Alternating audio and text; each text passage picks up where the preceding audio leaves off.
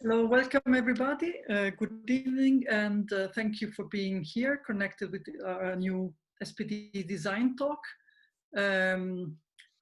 Tonight's guest is Roberto Maria Clemente, creative director and founder of Studio Fionda, an interesting graphic design studio based in Turin. I decided to invite Roberto because he interesting and unusual career in graphic design, because he's coming from the field of music, and that's the door, and he entered the fields of graphic design, and that I think gives him a different approach from other colleagues. Secondly, Fionda works with very clients, many of them in the field. Thirdly, he's also very interested in the history of design, and he's an event organizer in the field of design. So I asked him in this presentation to kind of give you a quick overview of all these different activities that he has, because I think it's interesting to see the many different paths that one can use to reach to work in this field in a successful way, as it does. So thanks, first of all, Roberto, for accepting our invitation. I just, before letting the microphone to you, I'm just adding that whoever wants to ask Roberto some questions can write in the chat, and at the end of the presentation, he will answer your curiosity about his project. So thanks again, everybody, and Roberto, it's your turn. Okay, thank you. First of all, thank to Silvia for inviting me. Thank to SPD School for having me in such an interesting and important talk panel. I will start to present my career, starting from a particular point of my, I say, childhood, when I was 11. Let me just check if I can share the screen. Just a second.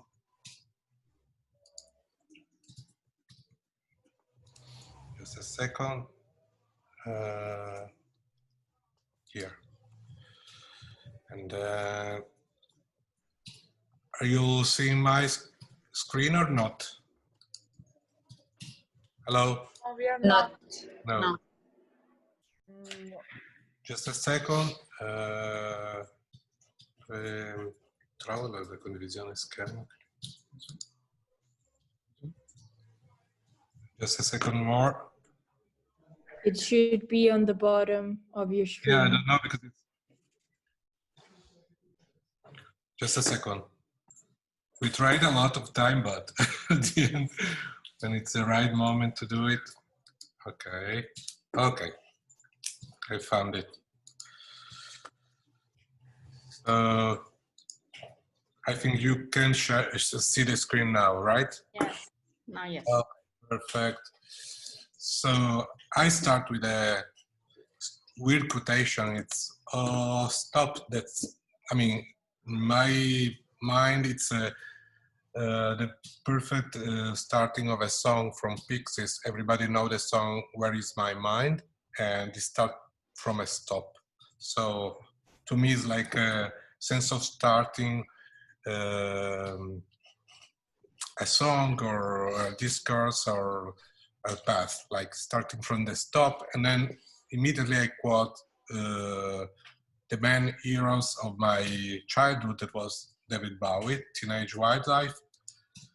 And this is the perfect image that focused one particular moment of my, as I told you before, childhood. I was 11 and I recognized this image on the screen. It was a TV program in Italian national television, and I saw this man, very thin, with just a very skinny suit and just a light behind him, and it was so powerful to me because I was just getting up from, I don't know, like Japanese cartoon, the early Japanese cartoon. Probably I was searching for some new superhero, and in the meantime I was listening to music since I was like 5, so I was very early in the listening. It was something that immediately attracted to me just when I remember I was starting to have a sort of consciousness of me. And when I saw this video, and the video is a video from the song Heroes that everybody know, I realized that it was exactly what I want to, not to be, but like to be involved.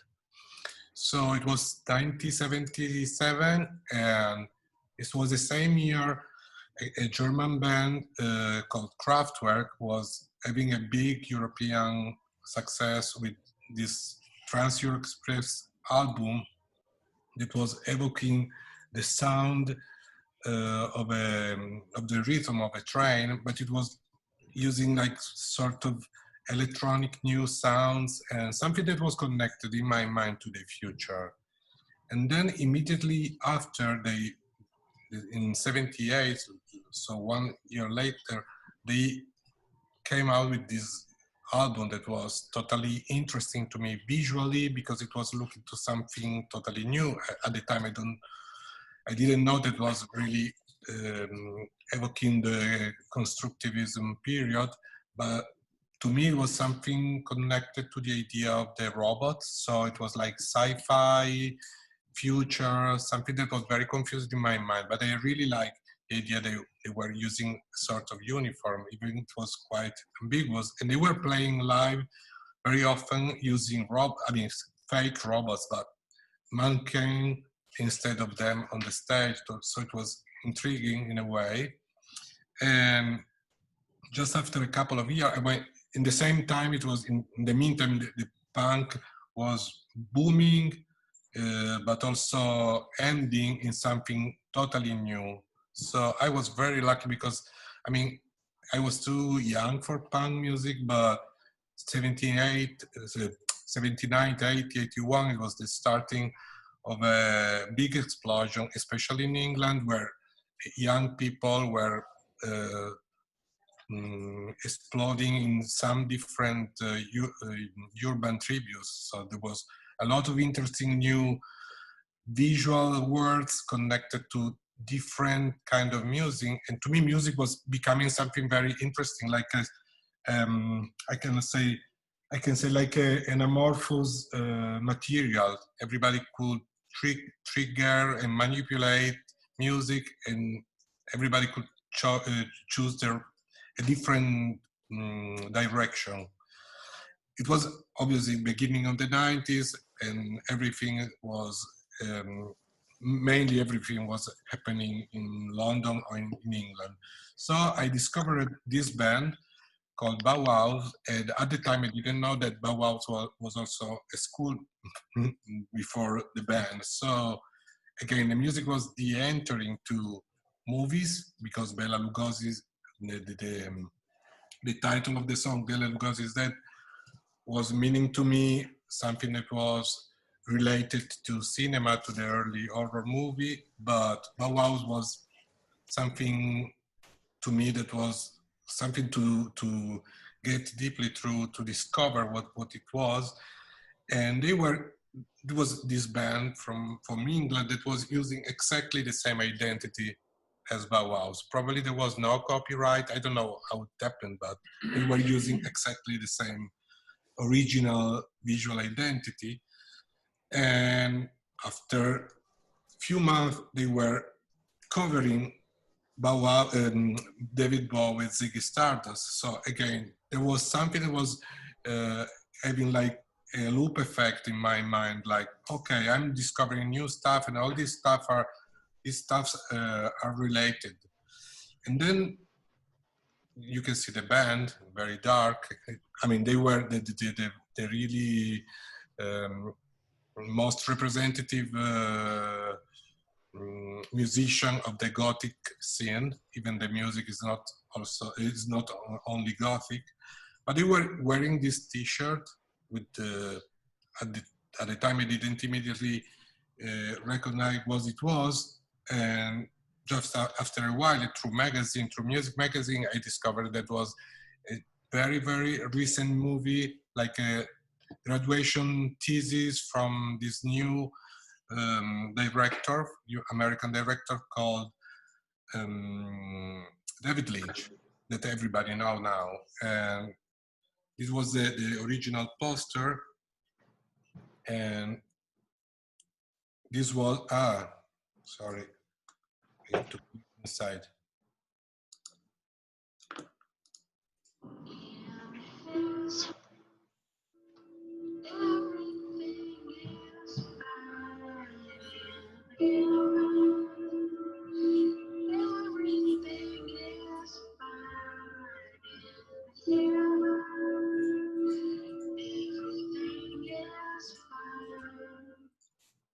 Okay, just a short extract from the original song. I mean, everything was new to me. I was totally involved into something that I never saw before in terms of new cinema, black and white cinema, contemporary movies from a new director that was changing my mind, because the plane of sense in Eraser, the first movie, was totally shocking. And also this figure was shocking, and it became like a cult movie. And this song, In Heaven, Everything is Fine, became a classic for alternative band.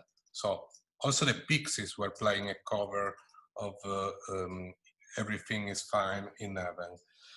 And then you see another of my first heroes. This is the guy from a band from Akron, Ohio. Akron is the city where the Goodyear tires factory are, or were. I don't know if they are still existing. And he's also wearing a Razorhead t-shirt.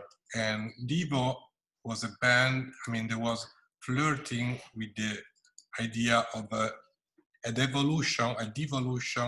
They were flirting with the idea of a new word, sometimes criticizing, sometimes making fun of, and they were having also a very, very strong aesthetics. And the first record from Devo was also produced by the guy that was in the band of David Bowie at the time of Sound and Vision, the low albums, beginning of the 77. And the guy is Brian Eno, that still one of my most important god in terms of looking at the future. So as you can see, there are many, many visual idea behind the aesthetic of the band.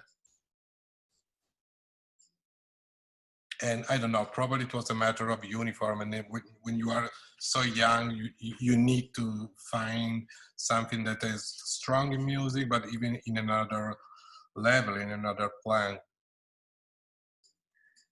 So this is probably one of the most known images from the band, and they were using to throw this strange hat after the show, during the last song of the show. So everybody at the time wanted to have one of these strange hats to conserve. And this is a complete change. I was probably in my secondary school, in between second and third year, during the summer. I decided to start to be interested into photography, and I went to the newsstand and I buy this magazine. And what I discovered in this magazine, was very lucky.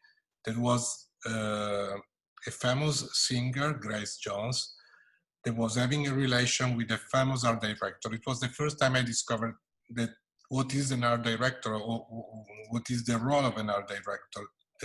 This guy was Jean-Paul Goude. He's a famous French art director. He was so famous during the 80s that when France was celebrating the 200th anniversary of the revolution, he was the art director of the whole show. So he was very famous. There was an exhibition in Milano last year, at the beginning of this year, produced by Chanel, I guess, and it was for free. So it was a good occasion. And this is Grace Jones, shoot by Jean-Paul Goude. And to me, it was, again, the first time I put in more professional relation, visual and music. So this was just my introduction into my adolescence years, connecting music and visual. And when I start, I am not trained in graphic design because I graduated in architecture. So, I mean, it was totally lost in something I was not really interested in. I didn't really feel familiar with the idea of being an architect because I really felt that it was not my cup of tea, but accidentally I jumped into a strange story with new people that asked me to write about music in a magazine that was at the time just a fanzine from university. So I started writing music immediately writing about music, and I start to jump into a new world. So from writing music in the fanzine, I wanted to learn about producing images, and it was immediately, we were very lucky. It was at the end of the 90s, so we have a local boom in terms of representing something new that is not an advertising agency. We were not a classic graphic design studio. We were not trained in graphic design, so our approach was totally weird in a way. So we start to produce at the same time, like in a parallel line with this fanzine, like flyer for disco, and this is a sequence of flyer we produced for Explosiva, that was a group of DJ that then became the Club to Club Electronic Festival in Turin, that was one of the most important festivals in Europe about electronic music. We produced this kind of strange flyer for the times. You see your mobile is ringing, it's 98, so just a few people were using mobile, and there's a Tibet image with a claim. So we were playing different languages like visual, text layer, and we also have like a sign, you see, like Bellissimo here was the name of my first group. We were like every time changing sentences as a name, so it was a sort of dialogue we tried to have, like a sort of complicity with the people that were having the flyer. And then the magazine, the fanzine became a magazine, a very institutional magazine, in the sense that we start a company. We were totally independent. We were wasting all the money we have.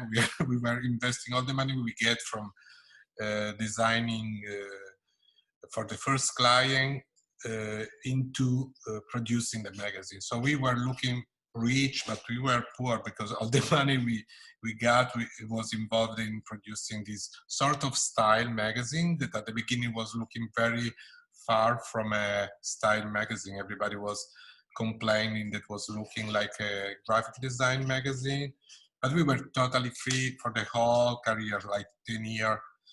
But step after step, we went to be more traditional or more attractive to regular people, not just people involved in graphic design.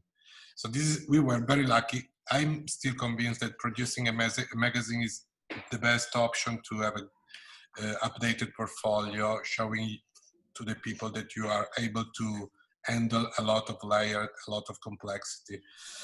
And then it happens that the first very huge client, a European client, was connected to music. This was iTunes before iTunes. And it was an Italian company that was distributing music.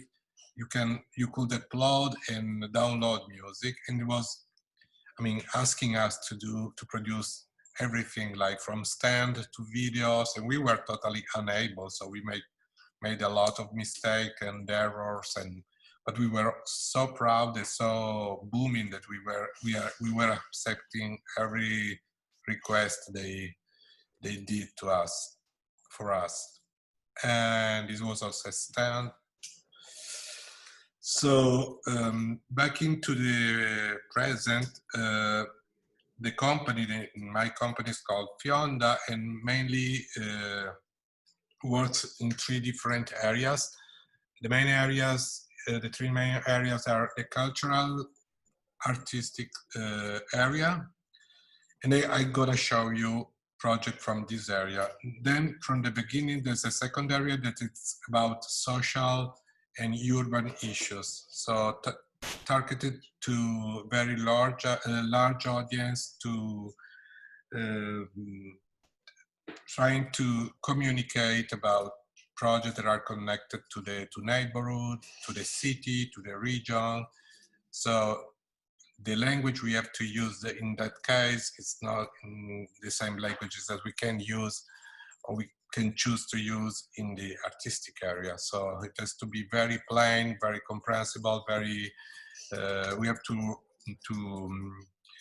write very huge in order to make all the people of all ages able to read. So something that has to deal with the aesthetic at the end. And the third area is about wayfinding.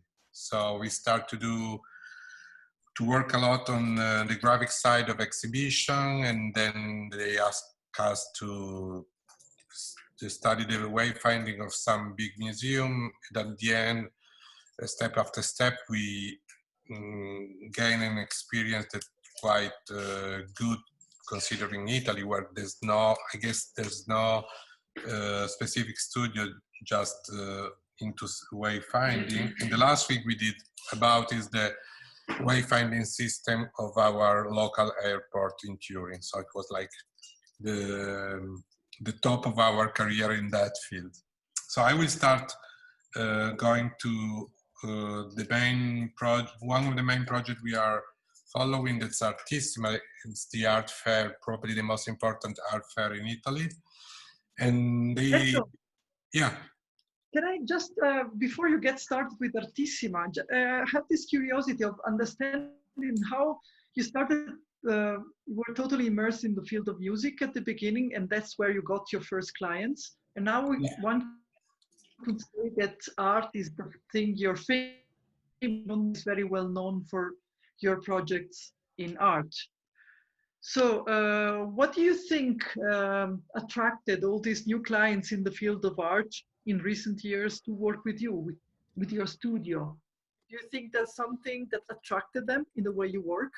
I don't know exactly what it is. I know that, I mean, for many years we were doing a lot of different projects. Obviously there was a continuity with Artissima, because in 2002 immediately we won a pitch about doing the communication of a Biennale of Young Art in Turin. And then they asked us, I mean, we were the coolest group in town probably at the time, so they asked us to work on the launch of Fondazione Sandra-Ettore Baudengo. So there was something going on, but in the meantime there was many other institutional client or small client looking at us. And I guess what it happened in the last year, that was something that was really relevant in the change of direction toward arts. It was just because they were watching probably the website, and they were looking at, they were probably satisfied about the average quality of what we were doing in different fields. I don't know exactly what it was. I mean, probably the overlapping of different experience. I don't know which was the starting point. I mean, we keep producing something about arts, but they were like very small projects, interesting projects, but not really. Probably there was something connected to the work we did in graphic design exhibition. I mean, the graphic side of exhibition in La Reggia di Venaria, where we were forced every time to produce something that was at the same time contemporary as a language, but talking about contents coming from the past. So this variety of languages we were using was probably enough to guarantee a good reputation in the final quality, I guess. You were asking me something that I don't, I'm not able to answer for sure. But just a curiosity, no, go on. Yeah, I don't know exactly what, I mean, when we won the pitch for Artissima, probably something started, but the 1 year before we won another pitch for Flat, that's the other art fair, the book art fair, that was launched 3 years ago. So we won a pitch, and the first year we did Flat, and then Artissima was inviting us in another pitch. So when we won the pitch, we had the problem to talk with the director of the other fair, telling us, okay, the most important fair in town, it's exactly the same days, has invited us, and we won the pitch. So what we gonna do now? Are you keeping us or not? And they were very kind with us. So we guaranteed to have like 2 different lines of production, but it was fun. I mean, curating 2 communication project at exactly the same time. So I mean, this identity comes from Leonardo Sonnoli. That was the famous, probably the most famous graphic designer we have in Italy. So we took a big responsibility to keep on the quality. We won the pitch, and the Artissima was asking us to maintain the strict visual identity. I mean, corporate identity, even it's a flexible corporate identity of Artissima. So we don't touch this side of the visual. But the pitch was about the celebration of 25 years of Artissima. So they asked us to work with an amount of images coming from the past they promised, but to be honest, they didn't have these really interesting images. We have some images coming from previous campaign. Some images were very good, in good resolution also, some other were totally disappeared. So our task was to create a layer that could unify all the different edition of Artissima. So what I will share with you is the real presentation we did, because I think it's interesting to show how we present our work. So this is let's say, an editing of the first presentation. At the time we were moving to, we were using like a name that was a lateral step from the original, but we were also knowing that we were going to change the name. So the presentation is also saying we were Bellissimo and the Beast. It was the name we used after the split of the original group. That was Bellissimo. So we came to Artissima with 4 proposals, like 3 really similar proposal in the approach, and the 4th proposal slightly different, and we choose a name for every proposal. So we like to choose stupid name, and this happens in every presentation. So introducing the Y dog, we were telling them that this wide shape was a dog, and it was like a flexible dog. And we invite them to recognize this shape as a dog, and obviously it was totally stupid as a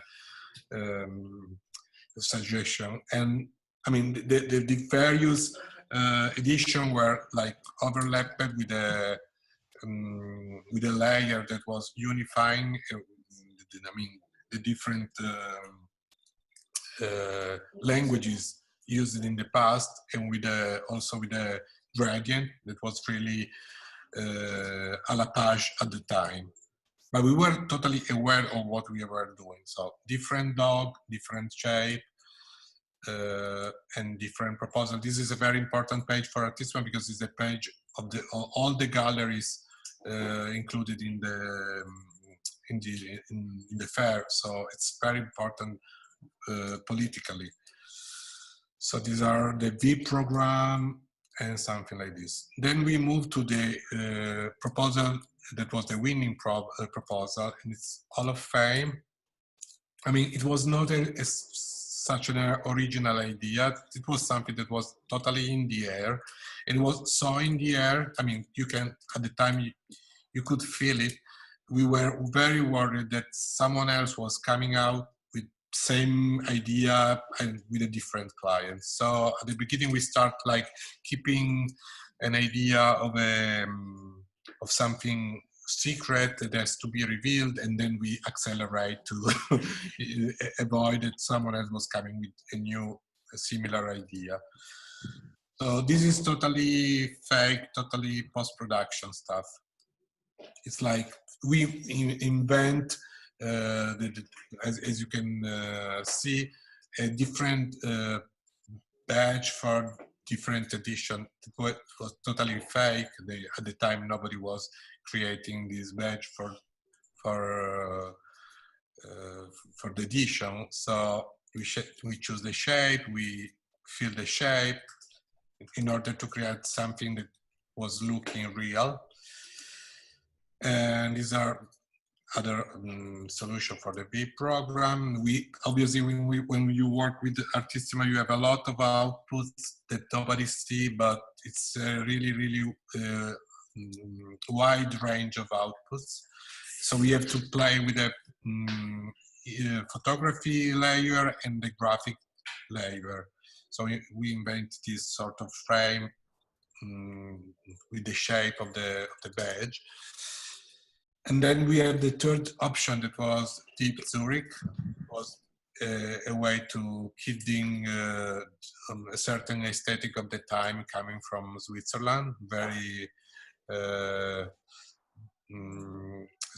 intentionally ugly. And we were using all the tools to make it real. As you can see, then I moved to the fourth, that was the most similar to a real advertising campaign, 2025. We choose images, I mean, like portraits from people with 25 years, and it was really obvious in a way, but, you know, we were playing with sort of different shape of the original identity, sometimes playing like a scar, sometimes playing like a sign or a tattoo. And then when we get to the end of the presentation, we show the fourth proposal, and then we were saying, there was like a coup de théâtre, and it was this sentence is meaning, okay, even to be honest, we have another favorite proposal, and it was this. So the idea is like, it's 25 years, it's an anniversary, it's a party. So we put images of drunk people as a playful idea to be recognizable for the future. And we choose different images that were sounding very not institutional. So as you can see, even the proposal was an official proposal. We were in a real pitch, and the competitor were super famous. I mean, we were the tiny studio in comparison with the other. We choose to be funny. And it's a layer that we normally try to use if we can. So this is the real presentation. So we went to producing the stuff. So this is the first step we have to produce before coming out the real campaign, and the real campaign was this. So we have different images, different jacket, different models.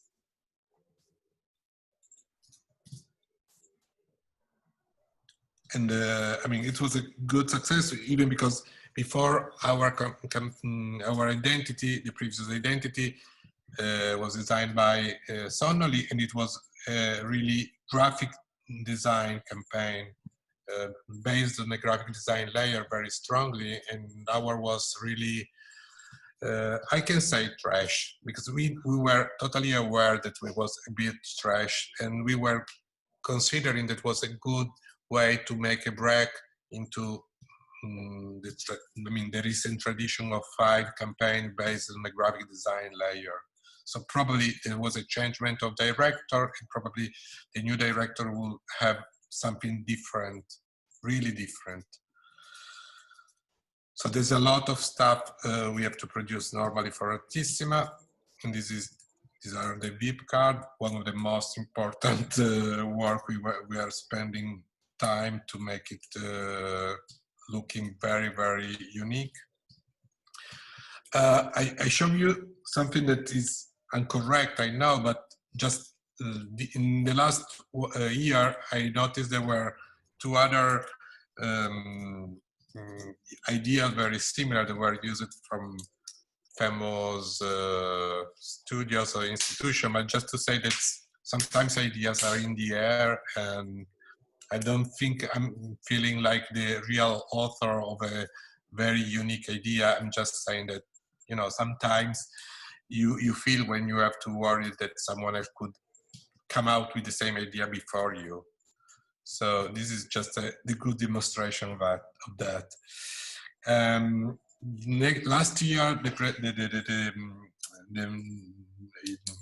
the new Artissima was having a different issue. The theme was in between censorship and desire.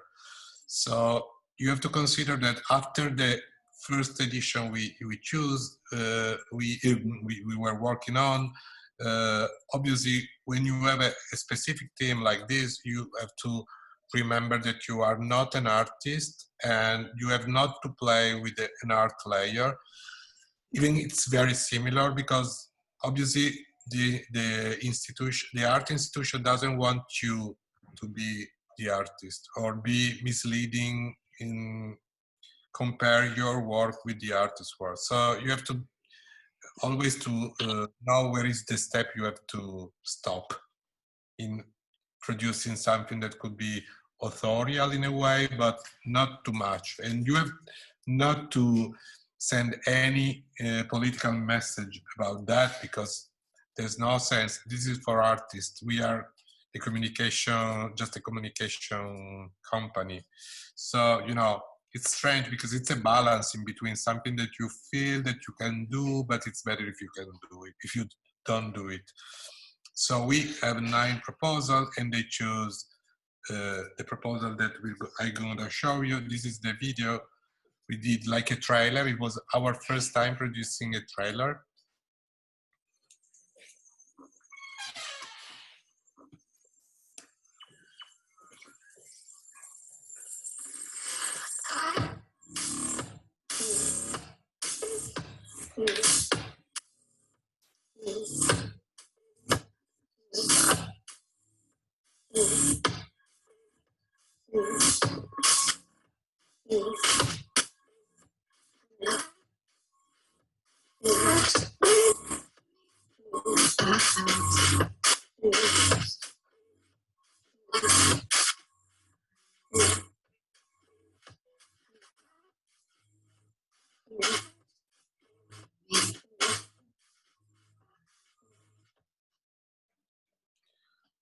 Okay, the very interesting thing is that this video was made by me with 2 guys that were working for the first time on video. So it was quite interesting as a studio to be involved in something new. The video was censored by Facebook, so it was a good occasion for the director to speak about the fact that Facebook was censoring this video, so every newspaper was talking about the fact that the trailer for Artissima was censored. It was a good launch for Artissima. This was the another video in which we show you which was the dialogue we have with Artissima, showing them which direction we could choose to make the final output working. So we tried to working with different subjects, and we were trying to understand which was the best solution, like working with triggering with positive, negative, with working on the surface of things, changing shape, I mean, variating the grid. There was a lot of experiment we did about that, and we also work on a different, I mean, we understand that just with images it was not working, so we need to find some sentences that we consider like fire starters. So it's a matter of perception. You can see some images behind the black mask, but doesn't work. I mean, it doesn't switch on anything. So if you put a sentence, probably, I mean, your eyes, your mind goes to make a relation, to establish a relation in between the sentence and the images, and is producing a new different sense. And it was very funny even searching the sentences, because I mean, the people was thinking that we were inventing sentences, but we were just opening English book and understanding which was the selective sentences from any kind of books, and knowing that we know where they have to work. So it was really easy. And just in a few cases, we were working with one of our copywriter, that is a guy that is working, I mean, in that field, in this field since year, and he was the editorial director also of Colors magazine. So it was really funny to see what happening. So you can see different sentences we used, different surfaces where we were, of images we were using, like masked. We produced like more than 50, I guess. And this is another of the things that is really interesting to produce, but it really sometimes annoying, because it's exhausting work, like producing the VIP card. And in this case is something that has to be recycled. So we think about this pocket in a plastic that I'm not sure it could be recycled, but at least the people can reuse it. And then let me check. We work also on the aesthetic, I mean, the identity of an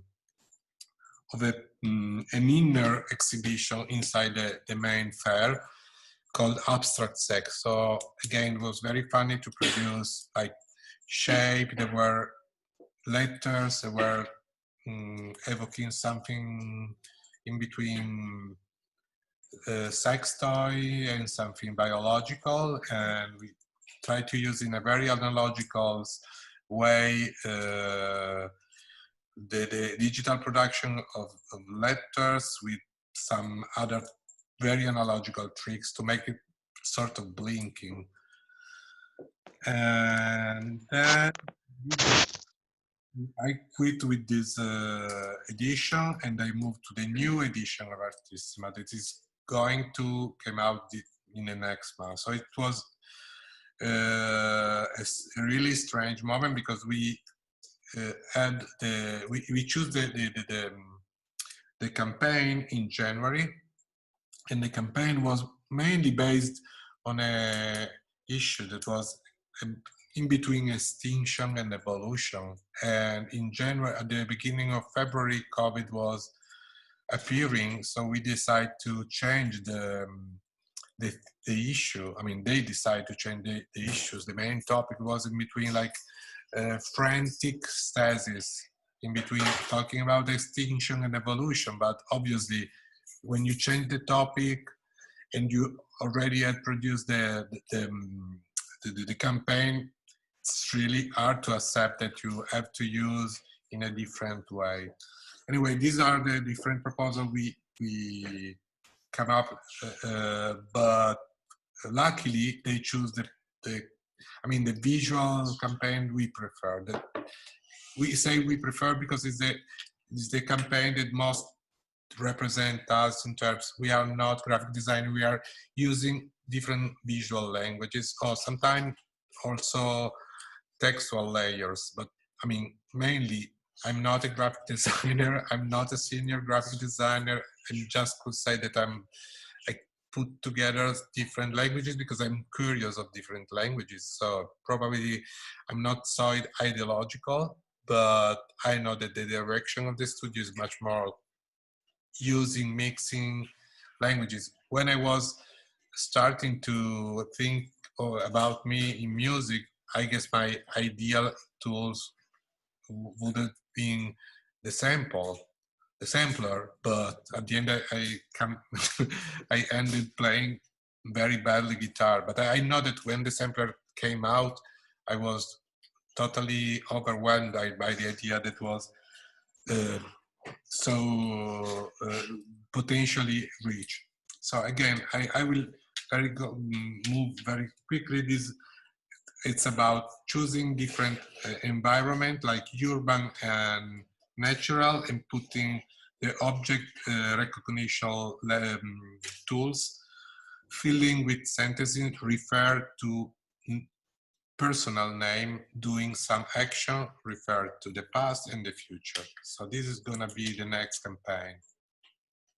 So we are in the teaser modality now, so we are still crypting the contents. There's no object inside the frame, but there are sentences that are gonna appear in the future, referred to a word that's the word we have in the mobile, like name of friends, personal name. And these are, I mean, the visual identity we're gonna produce in the future. This is a new project, like an inner project that came out recently about the digital version of a section, of temporary section. Then we go to the other fair, that's Flat Fair. This logo is not a real logo, was designed by Lawrence Finer, he's a famous American artist. As a graphic, I mean, as a design studio, it's really difficult to work with a logo that's not a logo. It means something that is very funny because it sounds like Fiat. That's the car industry we have in Turin. So it was like a joke probably. But when I skip some images, we decided to use the letters, the original letters like sculpture, and trying to make something that was visually interesting, and it comes out looking like strange book forms with the thickness of the book, and then we use it for the campaign in this modality. And then we have the fair. It was in the old building. We try to, in this case, I mean, in Artissima, we don't do the design of the fair. I mean, the physical design. In Flat, we are also doing the exhibition design of the fair. So I guess there's a problem. Okay. You can see some of the, I mean, it has to be very, very cheap in the production. It has to come out as a layer in a very, very powerful environment. So it was difficult to find the right way. We were playing with the, the selected red, creating a different interpretation. This is the website. some stuff. And this is the second year we were playing, I mean, again, trying to find the randomly some visual that would be interesting playing with object, with physical object. And then we make different experiment with letters, like with die cut or with the letters, different size. We try to making something like this, but it was not good at the end. We were not satisfied, and we were using these three different steps. So we produced this animation, and then everything connected. I mean, like all the printing stuff. There was an exhibition about Dieterroth and a book about Dieterroth inside the new location where the fair was. And we were producing a lot of details that were very interesting, especially for exhibitor, for the staff, for the guests, because we were physically very produced by us, like 3 different layers, sticking letters, and everybody involved in the fair was super satisfied of the attention we had for the people, I mean, for the pro. So this was the layer we were, I mean, the design exhibition layer we were using, recycling the same structure of the year before, but for the new location. It was like it's a new Lavazza Center, very similar like to the turbine hall of the Tate Modern. So this was the layer we were using. I want to go very quickly. This is the 3rd edition, the last one we had. We came up with the idea of closing a sort of trilogy, like 3 years, same visual, different solution. So we play with space, with the idea of space, and even like stairs. So we were doing this new campaign, and this is the 3rd year solution. We were still more cheap because this material was like a film. So it's not, before it was plexiglass, this is just a red film, very cheap to use with the stickers. We were thinking about considering this fair like the 3rd of a series, and in our opinion, it has to be more ironical than the serious aspect of the two be different. So we were playing with the idea to be in a forest. And there was also an exhibition by Maurizio Nannucci, the famous Italian artist. And this is the normal output we produce. Again, we were producing like 3 different layers, then done craftily by us in studio. And this is the launch.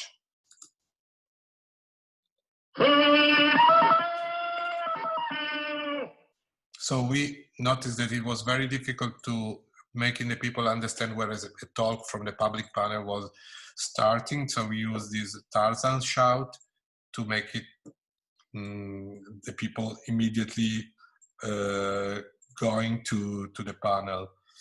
And then we were using some other, we like 5 days before the opening, we discovered we had a very, very huge screen to use. So what we did was producing in 5 days at least 1 hour of original stuff to make it like in a loop. So producing all this quite funny, because obviously we try to not being a video company, we were trying to use all the tools we have to produce very quickly different contents. So we were producing all this stupid stuff that we really like, and we were super proud of that. And then we also, this is probably this okay, it's a different. And then we started to use ISU I don't know, the digital platform for flipping books. We produce like an InDesign file with flat written like this, and we use it in, I mean, in every page, in every spread was different, and then we filmed the issue opportunity, and then we filmed the screen when in the meantime we were like writing sentences, and everything was filmed directly from the screen. So I mean, it was a way to skipping tools. I mean, like specific proper tools for producing video contents. Okay, I will skip the other two projects, I guess, like a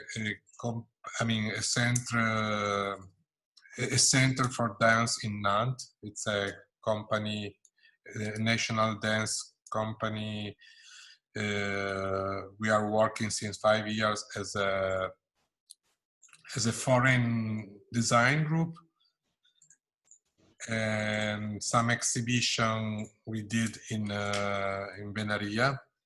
That's a really huge royal residence, like a small Versailles, but more or less same size. And I'm stopping here in a point in which probably Silvia would ask me about, if we have time, why I'm so interested in history of graphic design, right?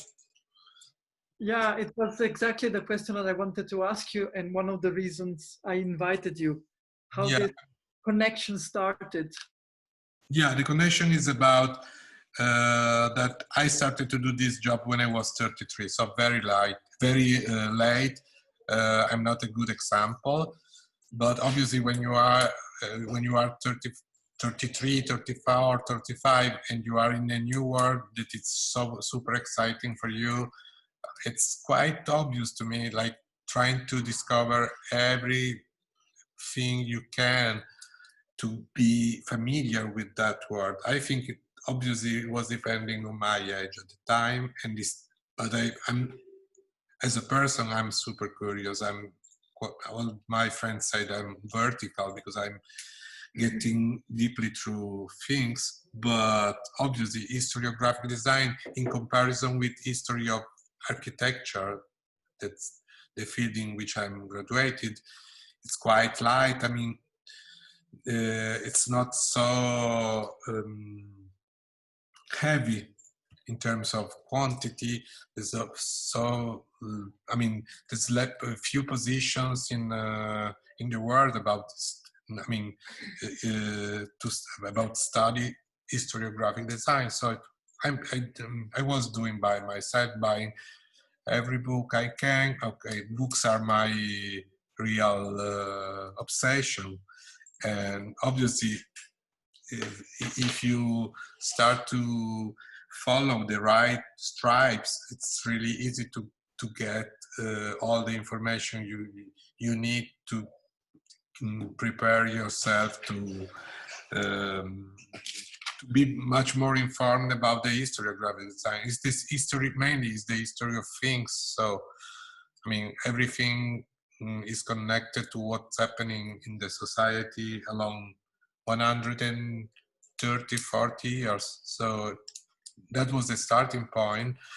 This is the reason why I'm still so involved in following every new issues about books on history of graphic design.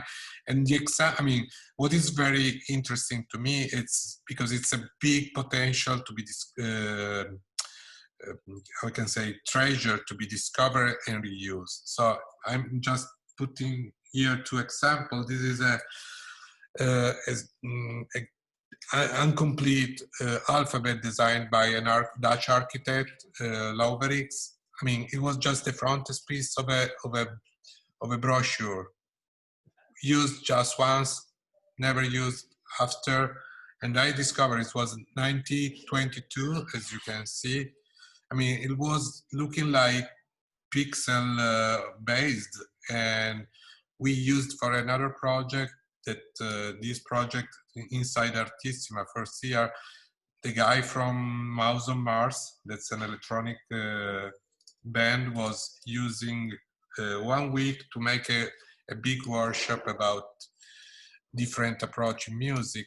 So in my opinion was perfect to represent contemporary and in the past together. So, and at the end it becomes this catalog that we didn't produce. It was produced by the guy that was working in the workshop. So we just have it at the end, and it was quite nice having this stuff as a box with all the material they produce. But it's a physical object that we really appreciate after having insisted to use this 100 years old alphabet. I mean, in my opinion, to study graphic design is the way to, history of graphic design is the way to discover experience from the past that were just used once. And if you quote the origin, and I normally quote, it's a way to, I mean, even for young students, to make you understand your client that you are quite prepared, and at the same time to give a second life to things.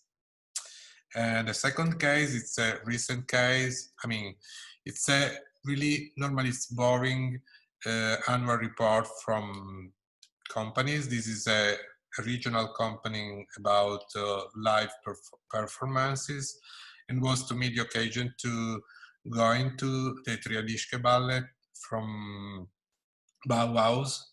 So we were inspired by this reference. We tried to be very similar, to study again which were the publication from the Bauhaus directly. And we were also using, in this case, the fonts that recently Adobe was finishing. If it's, I don't know if the story is correct, but through the experience of Eric Spiekerman, they were finishing a series of alphabet that was resulting like incomplete at the time. So again, it was very funny to me because obviously it was totally not requested by the clients, and instead of producing something very boring, we say, okay, it's exactly the anniversary for the Bauhaus, so why not using this inspiration to make something looking more interesting, to be honest. And then next section, it's about, I don't know, Silvia, if I have time to talk about what I'm doing as a musician, even I don't like the word musician because I'm totally not, because I'm not able to play music. I'm totally tone deaf. I'm totally out of tune. I use guitar, and I have a band since 25 years. And to be honest, I have 2 bands with a sort of professional career. And sometimes music is the occasion to get in touch again with my real activity. That's, I mean, visual design. So this is an article that The Wire magazine was doing about my band, and I put this article with this picture just because this magazine at the time was designed by a duo called Non-Format that I really loved at the time. At the time I was thinking that The Wire was probably the most interesting magazine from the design point of view. So I was very proud to be in that series of issues. And the band is called Larsen, and we, with friend, we were producing an entire show dedicated to the Karel Tege, the Czech designer, alphabet, composed with a poet in 1926. So we were producing the music and all, a DVD with the concert and the music, I mean the tracks. And we produce also the, the visual adaptation from the original source to the contemporary source. And this was the show. I mean, we had a super band, David Tibet from Carrie 93 singing, the keyboards, Johan Johansson, that was the guy that was, I mean, unfortunately died 2 years ago. It was the guy that was, probably you know, the soundtrack from Sicario and from Theory of Everything. We had guys from the cello player from Anthony and the Johnsons, so it was a super band. To us, it was very, very unique. So this was the show. And then we have another band called Shushu Larsen. We joined another American band called Shushu. They are quite famous to produce records. We have 4 records. And the last record is about a funny fake story about some form of kidnapping and cutting ears. Not really, it's a bit trash story from the 70s when kidnappers were taking famous people from famous family and they were asking for money. So this picture from Mattia Balsamini, that's one of my favorite photographers in Italy. And as you can see, there's a visual idea that looks like I don't know, like Google Earth, but it's not. So this is the vinyl. The real is, the real source is this Chinese mask. So, sometimes even we are very serious with Larsen, we are very stupid with Shushu. So normally what we do with Shushu is mostly visually funny and stupid. Do you want me to talk about what we do in spare time? So the gallery, Silvia? Well, it could be interesting to quickly, yes, it would be nice to have a very quick look at the fact that you also have a gallery, which is an important thing in your... Yeah. So we, since 3 years, since we changed name and we have a new space in town, we decide to searching for a new space, like a bigger, in order to have a gallery space, in order to have like a room where to play, no clients. We can decide to expose what we want, the thing we love, and we are 3. The gallery is called Flag. There are with me other 2 architecture studio. We decide to exhibit everything that is not art. So everything that has quality in our opinion, but is not connected directly to art. So we start with this idea during just 1 month before the book fair in Turin. That's the most important book fair in Italy. We decide to propose the idea of showing 100 cover from the last 10 years from the publishing house Penguin Random House. So we decided to do it just because, Penguin has a famous tradition. There are many books about their history, but this was about the last 10 years. So we make a selection from the 2 sides of Penguin Random House, US and England, and I decided to do this exhibition, and I shared the idea with a guy in Penguin Random House called Fabrizio La Rocca, and he was helping me a lot to make it real. So we make this exhibition in the studio. Obviously, it was working a lot because we get in touch with more than 40 designers from England and from US. Everybody was answering us. We make some questions to them, and we put, beautiful books get together. So normally when you got in a bookshop, they are not organized by the beauty, and obviously this machine was perfect because everybody was loving the idea of seeing very beautiful book, one after the other. There are some famous names like, I don't know, like Cheap Kid, Peter Mendelssohn, Jonathan, I don't remember the last name, Jonathan, the guy that was designing for David Bowie. Okay. Barnbrook, exactly. Also for Bansky and for many other very important clients. So then we bring this exhibition same year in the Graphic Days, and then they ask us, when I say they, I mean Penguin Random House was asking us to do the same exhibition. They acquired the exhibition, and we were doing this exhibition at Strand, I mean the famous bookshop in New York. So we make the same setting, exactly the same setting. We changed some books because obviously Penguin Random House has like more than 100 company imprints. So some books are in different edition, but the same title in different edition. We have to reorganize, and Fabrizio was doing a lot to make it real.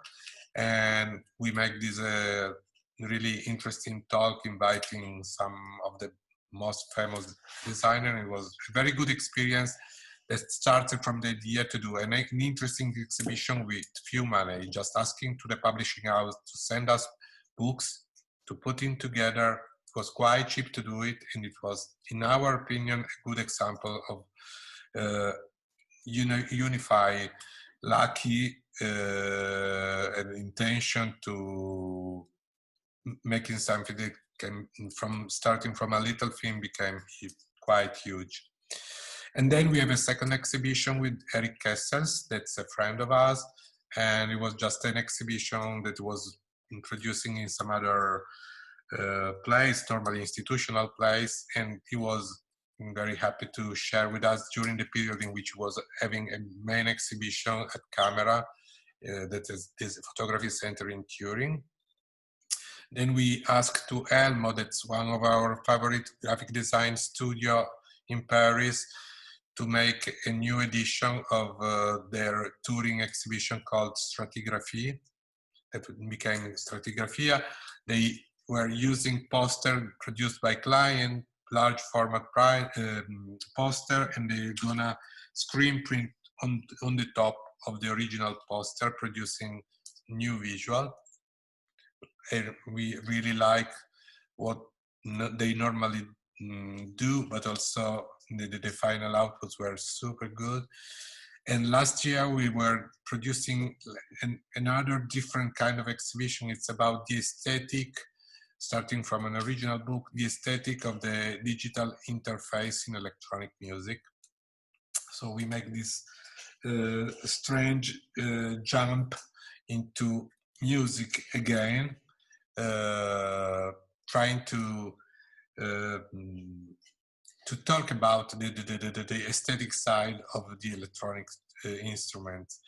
And to end this presentation, since 5 years, so we reached number 51. We produce monthly an event that's part of the network Creative Morning. It's a network of 215 cities that once in a month, normally on Friday at 8:30, produce creative breakfast, as they say, for discussing about a global theme. For that month, I don't know, this month, the next month, in June will be Unsecure, May has been Nature. So all the cities of the network were producing these small talks, 1 hour, the entire event, offering breakfast. And now we are, in Italy, there are like 6 cities. Also Milano has 1. And this is what we reach, because when we reached 50, we were super happy to realize that probably in a way we are not forced to go to 100, but 50 is a huge number that we were very proud of it, because it's producing an event like totally for free.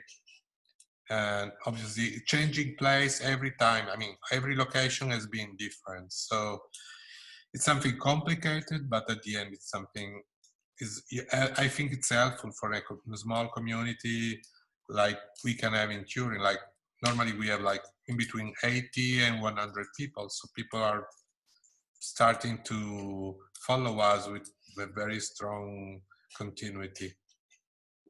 Okay, I quit with classic waving from foreign musician when they play Italy, and they try to say hello like grazie. Yes, grazie, Roberto. Thanks for sharing with us all the ideas that are behind your way of being a design studio, which is very specific to how you work at Fionda. And I would like to hear if someone in the audience wants to ask you something, because I could ask questions, but I think that it's better if I before leave a little bit of space. So if someone wants to type a question in the chat to Roberto, he will read it, or maybe I will read it to him to make it sound more like a question. So I leave a little bit of time to the audience to think about it. And in the meantime, I just asking you a very quick one. So basically, how does this, I really like the fact that you invite other designers to exhibit in your space. So this is not an attitude which is shared by many design studios in Italy, which of course we are very much focused on promoting our own work. And it's sometimes difficult to open a space for someone else to exhibit. So I have the impression that you have a totally different attitude. You don't consider these colleagues as competitors, but more like people you're in dialogue with. Yeah, I mean, to be honest, it's depending, obviously, but I mean, I'm very, I feel like someone that is not deputated to be in the main chart. So obviously my approach is very humble to referring to people that are main names. So I don't think they are in competition with me because I feel them like in a upper level probably. What I think it's obviously depending on what I'm working on. I mean, if I work on the gallery, there's no there's no idea if they have to be foreign designer or Italian designer, but what happened is that sometimes I think, oh, there's such an interesting designer or whatever abroad that nobody knows. Why I cannot help to making him become more popular in Italy, like with Elmo, it happens like that. But at the moment we have some other small presentation we did with Italian designer, but it's still something to decide about the gallery. About the creative morning, it has to be local. So I mean the really clear aim is to improve your local community. So you have to reveal people are very good in some field coming from your city. So this is a double speed.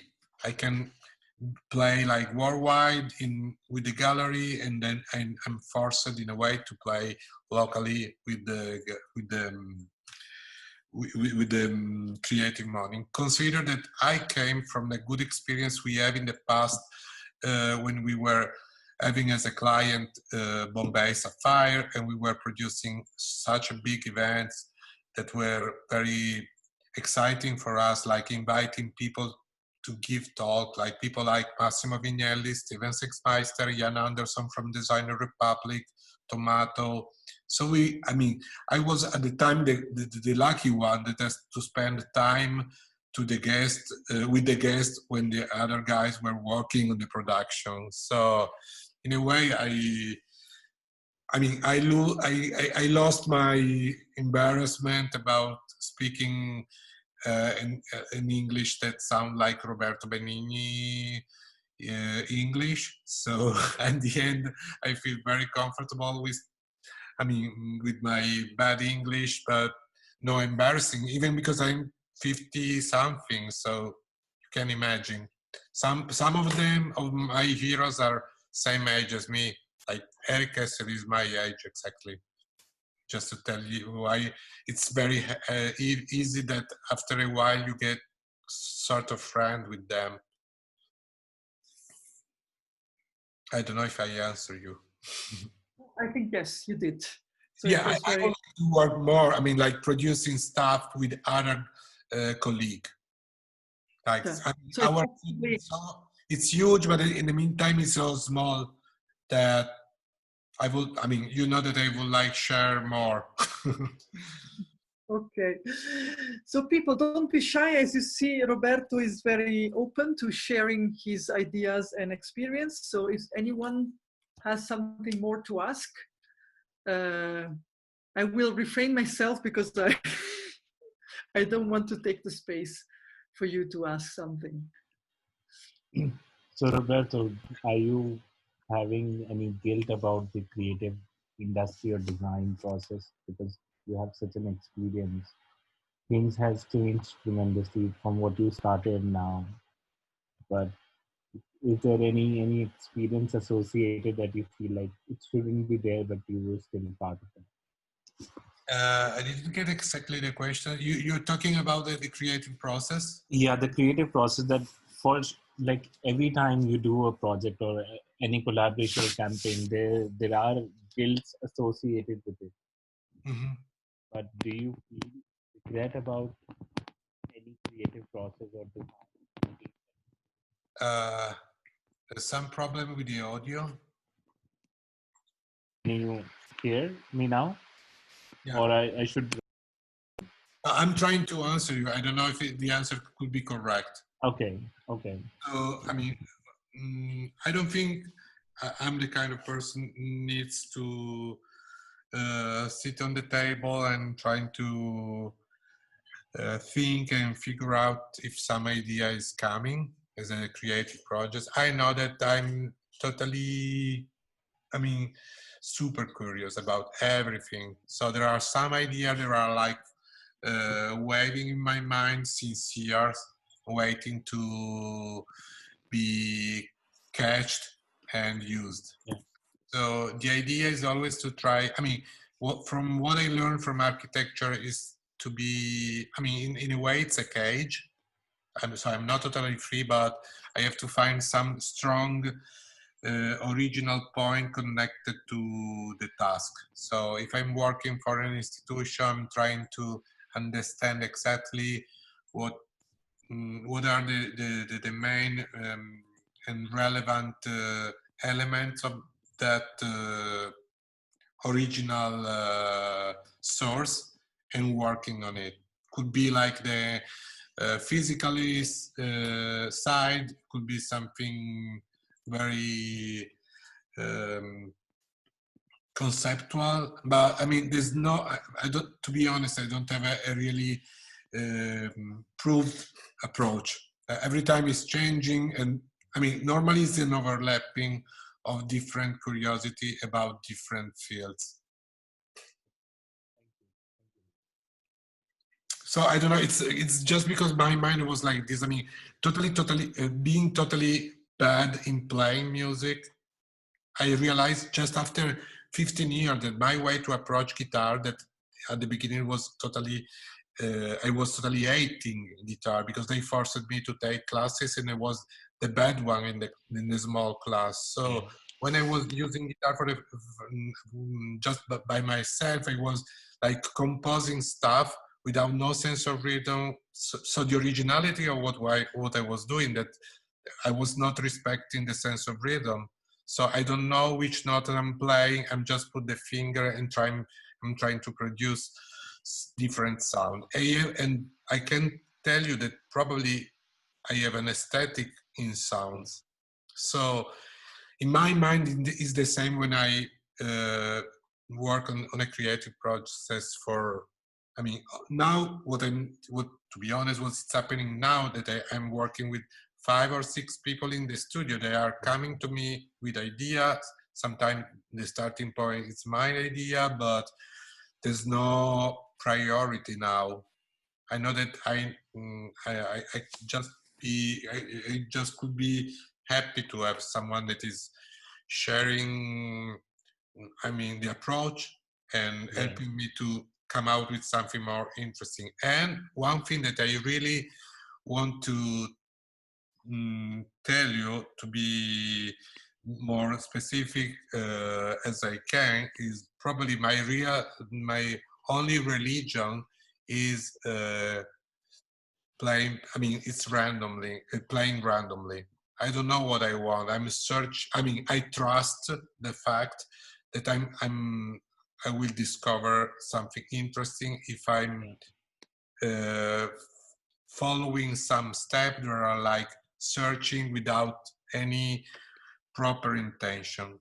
So sometimes I know that my colleagues are worried because they feel that the time is ending. We don't have the chance to come out with something really interesting, but in a very obsessive way, I'm trying to insist to something because, I don't know, with the camera in our hands, searching, moving the camera, searching the final image. So, and I really like, I mean, to be honest, totally, I can confirm with you that the idea I am more proud of the work that we did in the studio very often comes from something that happened randomly. So something that is not coming from my mind or from our mind. It's something that just happened. And normally it's much more powerful than our ideas. True. It's an interesting question from Andrew. And he's asking, when you present your ideas to clients, how do you manage the client and steer them to your preferred idea? That's an interesting idea because, I mean, now, I mean, since the last 5 years, when we start to win some pitch, I feel more confident. But at the beginning, I mean, my colleagues were always telling me, please don't tell to the client that which are the weak ones. Because I normally, I mean, not satisfied of the presentation we have. So normally my approach was going at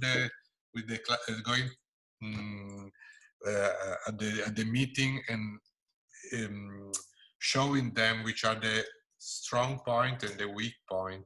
And obviously the client doesn't want to listen to your weak points of your presentation. So what happened after I get more confident, and this is something really recent, it's working on the psychological side of what a presentation means. I mean, if I can introduce my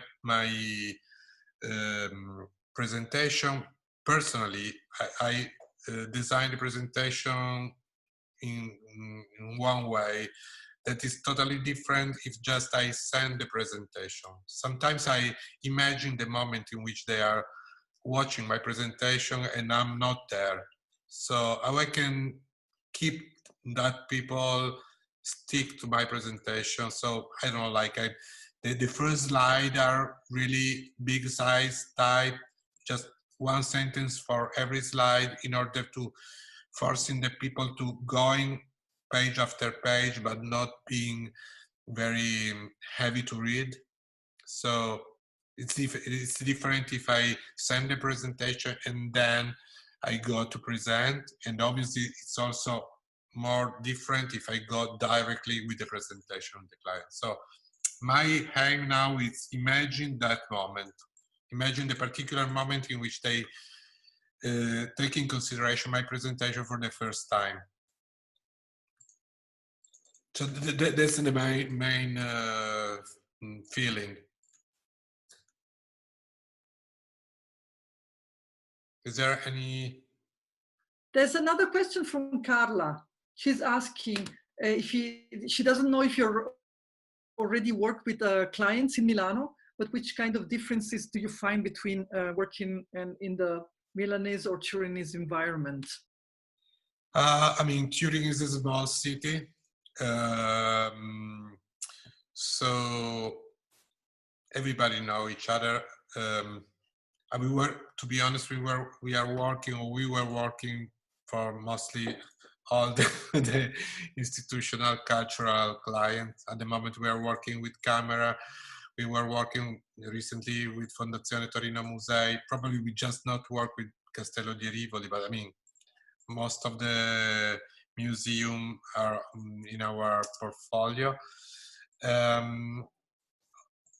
mean, now we have the COVID, but especially in the last 2 years, the atmosphere was totally different. So for many years, we were proud to be a small city, very cheap city, perfect for students, a lot of activities going on, music, theater, dance, but not the perfect city for working. Because obviously the client, I mean, even the institutional clients are very poor, and year after year, you get probably, we get into mood that, I mean, it's not positive, and everybody was starting to say, oh, the city is in a fall, everything is going worse. And I mean, obviously I'm not in that mood, but in the last 3 years, Milano was moving. So our pride to be, you know, smaller but richer in a way was getting another perspective. So in the last year before the COVID, when I was used to come to Milano, my direct feeling was to be in a city that is obviously more international, but in a city that is totally out of the crisis in the entire nation is. So something like, I don't know, probably London in comparison with the rest of England. So you can feel that, I mean, when I say richer, I say there was a positivity that everything could be possible to do it, and invest in a good idea was much more, it's my perception, I don't know if it's real, but more affordable. So I don't know now what is happening in Milano. I know that, I mean, the situation recently has been more tragic than in Turin. Even we did our best to be the second one. Thank you. Any other question?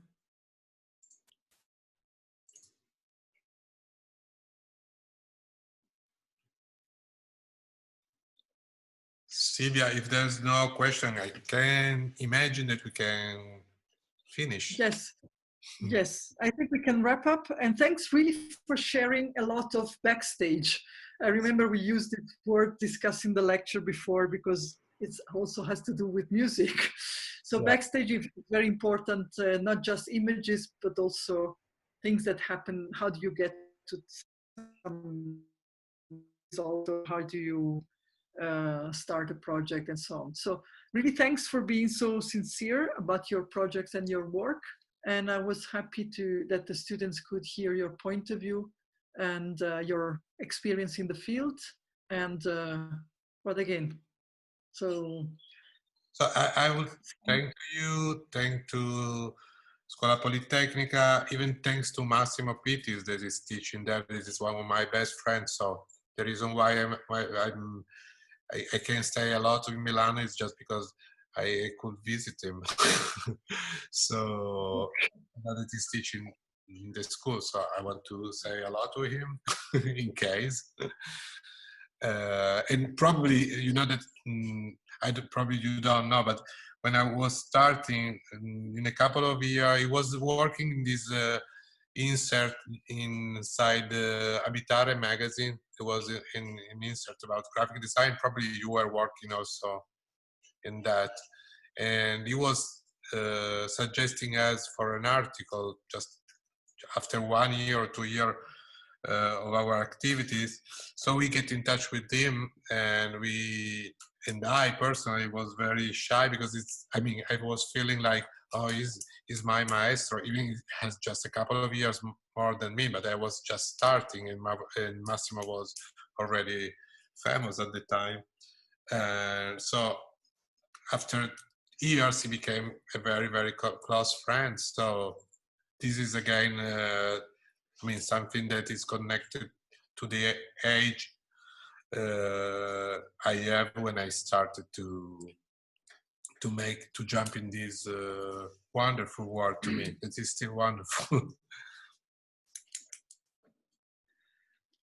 Okay, so I forgot this. There was this interesting connection with Massimo, who's the teacher. Many of the students connected are currently working with him on a project. So this is also nice to hear. Thanks, Roberto. Thanks, everybody, to be here, for being here. And okay, so there's going to be more lectures in the next weeks. So stay connected and you'll receive updates regarding the next host. Cheers. Yes. Ciao. Thank you. Ciao. Bye. Grazie.